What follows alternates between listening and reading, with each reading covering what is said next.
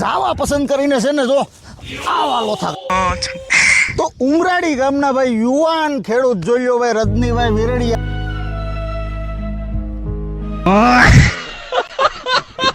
અને એની અહીંયા વેનોક્સનું જાવાનું વાવેતર કરેલ છે.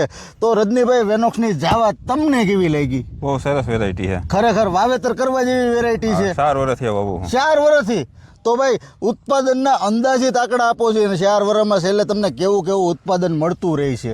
38, 40, 42 એમ 38 ઉપર તો રહ્યા ભાઈ જો 38, 40, 42 ને અને કેટલાની જારીએ વાવેતર કરો છો?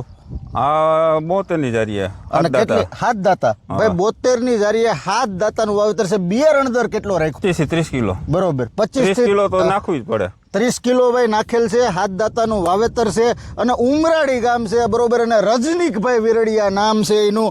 તો ખેડૂત મિત્રો, આ વેનોક્સની જાવા જે વેરાયટી છે, હું તમને અવારનવાર કહેતો રહું છું કે ભાઈ 100 થી 105 દિવસની અંદર પાકતી જાત છે. કોઈ પણ ટાઈપની જમીન હોય, બરોબર, તમારે એમ થતું હોય કે ભાઈ આપણે આ જમીનની અંદર મગફળીનું ઉત્પાદન જો નથી આવતું તો ભાઈ વેનોક્સની જાવા એકવાર પસંદ કરો. એટલે એની અંદર તમારે જે અધર વેરાયટી તમે વાવતા હશો એના કરતાં તમને ઉત્પાદન 100% સારું મળે કે ન મળે રજનીભાઈ? મળે. 75 દિવસનું ફિલ્ડ છે અને હું તમને બધાને બતાવવા માંગુ છું કે ભાઈ આ વેરાયટીની અંદર કેવું છે.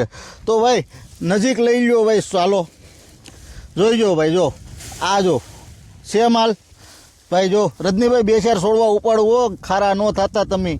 રાજી ઉપર લ્યો ને. હાલો ભાઈ, જો ભાઈ છે માલ. થોડુંક શું છે, રાતળ કરા ટાઈપનું પડવું છે.